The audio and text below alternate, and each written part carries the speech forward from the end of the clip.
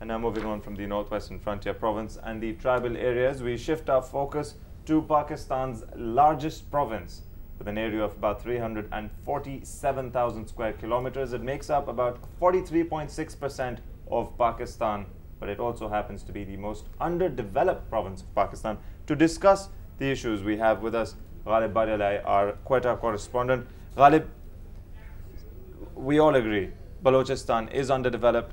There is a massive need for serious development in the province.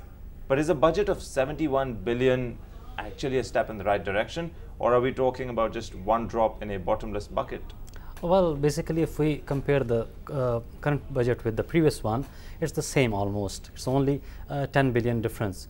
And the outcome will be the same. We see 8.8 billion is a deficit. That's a very huge deficit.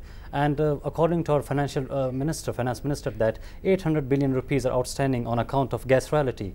So on the development, the basic development depends on the how much money we invest on development sector. So the 15 billion rupees have been allocated for the PSDP and 47 for non-development expenditure. So this the balance is not correct.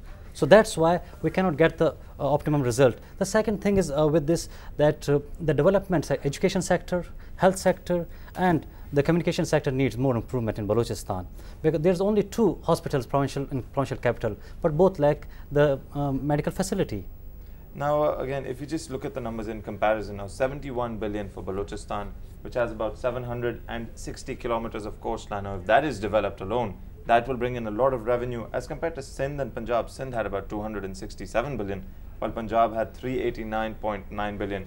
Now, when we look at this comparison, the people of Balochistan, they've voiced their concerns time and time again. One of the senators who resigned recently made a lot of headlines as well. Are the people on the grassroots level, are they satisfied even a little bit with this number? No, no one's satisfied over there, and they need to do more and a lot. And I think people are optimistic about the new government. So if they will get the time or chance, they will do more. The CM Balochistan, Nawab Aslam Raisani, he's trying his best, but we know that there is a financial crisis in the federal level as well as provincial level. And as the Prime Minister, he allocated 3 billion rupees grant to the provincial government just to present the budget. So that's the problem. Now, looking at the other side, efforts are being done to engage reconciliation in Balochistan, but national parties are not convinced yet. What can be done to get them to the table? Well, the people are neglected politically and economically, both sides. And for the Baloch people have lost confidence on establishment and federal government. That's the main problem. To gain their confidence, there should be CBMs. And without taking immediate CBMs, we cannot go forward. That's the main thing. And the CBMs are which the most people think that there should be withdrawal of security forces from Kolu and Dirabukti district. That's immediate. Second is the release of political workers who have been arrested from past 3 or 4 years. And the third one is the rehabilitation of Mari and Bukti tribes who are living in different districts of Balochistan and Punjab. That's the thing. And the recovery of missing person, that's a very important issue, because according to Baloch nationalists that 1100 people are missing since this operation. So these are the confidence building measures that they can do to after move things that, forward. there can be a possibility, but people are optimistic because the government have taken some steps, like release of BNP chief Akhtar Mangal and release of Nawab Bukti grandson Shahzain Bukti. So these are the steps which can build the confidence. Now, just lastly, before we wrap this up for today, if these confidence building measures are taken and everything is done, are we still moving in the right direction? Right now, the 71 billion, is this a step in the right direction, just in a nutshell? No, it's just to run the government. It's just to run the government. I mean, there's need to a lot. I mean, 600 billion rupees outstanding.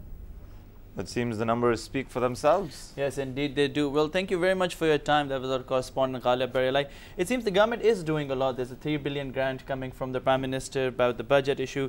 Release of Akhtar Mangal is a positive step. Also, he's been issued passport and his name is off the ECL too. Yes, in fact, when we're talking about all the major political initiatives that have been taken for this neglected province, we've seen what's happened in the past. But of course, Gwadar is also a part of Balochistan. And as for the missing persons that Ghalib mentioned earlier on, 25th June is the deadline for all the provinces to submit all the details about the missing persons as well. So steps in the right direction. And the best thing is that the political setup is now taking Balochistan seriously, as it deserves to be. Yes, a mineral-rich province will definitely get its rightful dues in Pakistan.